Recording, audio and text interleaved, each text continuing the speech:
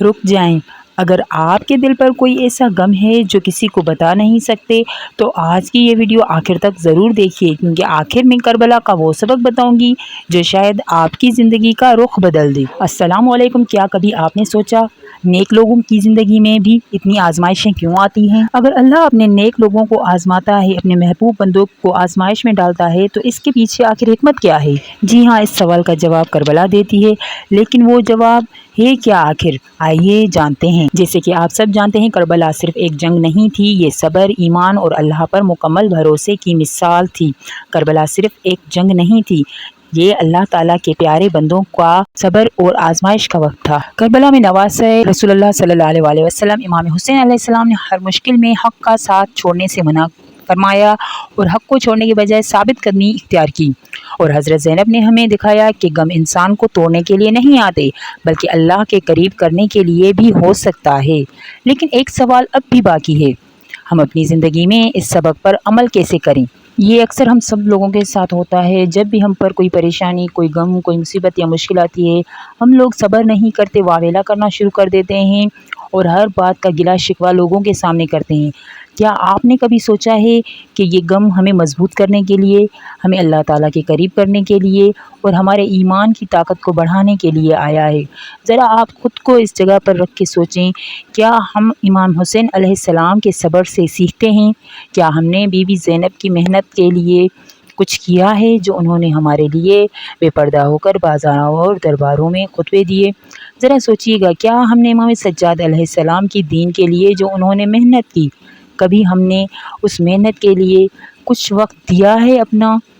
ذرا سوچ کر دیکھیے گا۔ لیکن ہم لوگ کیا کرتے ہیں، ذرا سی باتوں پر، چھوٹی چھوٹی مصیبتوں پر واویلا کرنا اور شور اور ہنگامہ کرنا شروع کر دیتے ہیں۔ یہی وجہ ہے کہ ہمارا ایمان بہت کمزور ہو گیا ہے اور ہم کربلا کے مقصد تک اور کربلا کے سبق کو حاصل کرنے تک پہنچ ہی نہیں سکے۔ اب بات آ جاتی ہے ہمارے عمل کرنے کی۔ ہم عمل کیسے کریں؟ جب پریشانی آئے، سب سے پہلے اللہ کی طرف رجوع کیا کریں، 2 رکعت نماز پڑھیں، دل سے دعا کیا کریں اور قرآن مجید کی چند آیات کی تلاوت ضرور کیا کریں۔ یہ چھوٹے عمل دل کو طاقت دیتے ہیں۔ اب آتی ہے وہ بات جو بہت کم لوگ سمجھتے ہیں۔ یہ آپ نے بھی دیکھا ہوگا، ہم لوگ اکثر کیا کرتے ہیں کہ دعا کرتے ہیں، لیکن ہمیں جلدی بہت ہوتی ہے کہ فوراً جواب مل جائے، لیکن اللہ ہر دعا کو اپنی بہترین وقت پر قبول فرماتے ہیں۔ کربلا ہمیں سکھاتی ہے کہ صبر صرف انتظار نہیں ہے، بلکہ اللہ تعالیٰ پر مکمل یقین کا نام بھی ہے۔ جلد بازی کرنا ہمیشہ شیطان کا کام ہوتا ہے، اور صبر کرنا، اللہ تعالیٰ کی رضا پر راضی رہنا اور یہ یقین رکھنا کہ اللہ تعالیٰ ہمیں ہمارے صبر کا صلہ دے گا، یہ ہمیں کربلا نے سکھایا ہے۔ سیدہ زینب نے ہمیں اس بات کا عملی ثبوت دیا ہے کہ جو بھی صبر کرتا ہے، اللہ تعالیٰ انہیں ہمیشہ اعلیٰ مقام عطا فرماتا ہے اور ان کی محنت کو اللہ تعالیٰ کبھی بھی ضائع ہونے نہیں دیتا۔ میں یہاں پر ایک واقعہ بازار آپ کے ساتھ شیئر ضرور کروں گی۔ جس وقت امام حسین علیہ السلام کو شہید کرنے کے بعد اور ان کے اصحاب کو شہید کرنے کے بعد قافلے کو شام کی فوج لے جانے لگی، تو جس وقت بازار شام کا ہجوم اہل البیت علیہ السلام کے سامنے آیا، تو اس وقت کیا ہوا، سارے بازار والے کہہ رہے تھے، ہجوم کہہ رہے تھے کہ ہمیں علی کی بیٹیاں دیکھنی ہیں، زینب کون ہے، کلثوم کون ہیں۔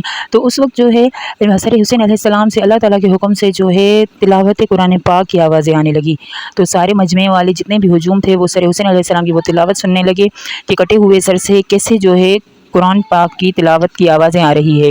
یہ اللہ تعالیٰ کا بہت بڑا معجزہ تھا، اور اس وقت جو ہے سارے لوگ بیویوں کی سروں کو دیکھنے کے بجائے، بیویوں کو جو ہے دیکھنے کے بجائے حضرت امام حسین علیہ السلام کی سر مبارک کی وہ تلاوت سننے لگے، اور وہ سورہ کہف کی تلاوت پا کر رہے تھے۔ یہ بہت سی روایت کی کتابوں میں بھی ہے، تاریخ کی کتابوں میں آپ کو یہ واقعہ مل جائے گا۔ بات ہوتی ہے کہ اللہ تعالیٰ جس کو آزماتا ہے، اللہ تعالیٰ اس کی مدد بھی فرماتا ہے، کیونکہ اس وقت بیویاں برہنہ ناصر تھی، بے چادر تھی۔ امام سجاد علیہ السلام اس وقت بہت زیادہ غمگین حالت میں تھے۔ جیسے ہی بازار آیا، وہاں پر جو شور و غل ہو رہا تھا، شادیاں بج رہے تھے، اور یہ آوازیں تھی کہ باغی کے گھر والے آ رہے ہیں، نعوذ باللہ امام حسین علیہ السلام کو باغی کہہ رہے تھے۔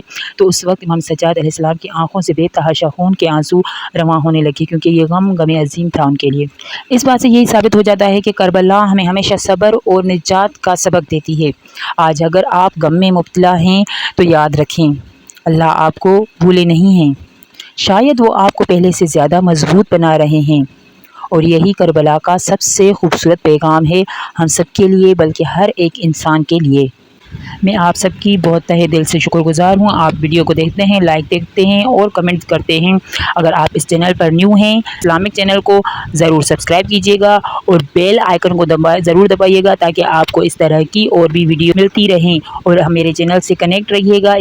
اس ویڈیو کو لائک ضرور کیجیے گا اور پلیز اپنے کمنٹ میں مجھے فیڈ بیک ضرور دیجیے گا۔ اگر اس ویڈیو نے آپ کے دل کو چھوا ہے تو ایسے کسی شخص تک ضرور پہنچائیں جو اس وقت کسی غم میں یا کسی گہری پریشانی یا صدمے میں ہیں، اور کمنٹ میں صرف ایک لفظ ضرور لکھیں، الحمدللہ۔ اللہ تعالی ہم سب کو صبر، استقامت، کربلا کے سبق سے درس لینے اور اپنے دین پر ثابت قدمی عطا فرمائے اور ہم سب کو کامیابی عطا فرمائے، آمین۔ السلام علیکم ورحمۃ اللہ وبرکاتہ۔